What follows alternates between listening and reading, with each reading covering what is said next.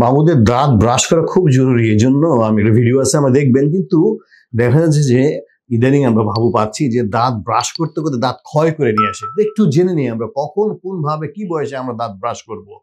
যদি বাবুর বয়স 2 বছরের কম হয়, দয়া করে বাচ্চাকে ব্রাশ এবং পেস্ট একসাথে ব্যবহার করবেন না। এটা অনেকে জানা আছে আমার, কিন্তু আমি দেখতে পাচ্ছি যে ইদানিং আমরা বাবুদের দাঁত ক্ষয় নিয়ে আমাদের কাছে আসতেছে, এবং তারা যাদের বয়স 2 বছরের নিচে, তখন আমি যখন জিজ্ঞাসা করি বাচ্চার মাদেরকে কিভাবে করেন, ব্রাশ করার নাকি, বলছে জি করাই মানে স্যার একটু পর পরই বাচ্চা ব্রাশ করে। না না, সর্বনাশ, এইভাবে করা যাবে না। বাচ্চাকে কি করতে হবে, যদি বাবুর বয়স 2 বছরের কম হয়, ব্রাশ এবং পেস্ট একসাথে ব্যবহার করা যাবে না।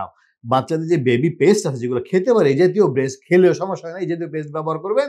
আঙ্গুল দিয়ে পেস্ট ব্যবহার করবো। আর ব্রাশটা আমরা সেপারেটলি ইউজ করব। কখনই আমরা এই পেস্টের সাথে মিক্স করে দিব না। সেক্ষেত্রে কি হবে, ব্রাশ আর পেস্ট একসাথে যদি মিক্স হয়ে যায়, 2 বছরের কম গ্রোয়িং এজ, তার দাঁতগুলো আস্তে আস্তে ক্ষয় হয়ে যাবে, নষ্ট হয়ে যাবে, ভালো হওয়ার পরিবর্তে বাবার ক্ষতি হবে। এই জন্য অবশ্যই ব্রাশ করবেন, অবশ্যই। কিন্তু ব্রাশ এবং পেস্ট আলাদা। 2 বছরের আগে, 2 বছর পর হয়ে গেলে, 2 বছর প্লাস হয়ে গেল, সেক্ষেত্রে ব্রাশ আর পেস্ট একসাথে ব্যবহার করতে পারবেন, এর আগে নয়।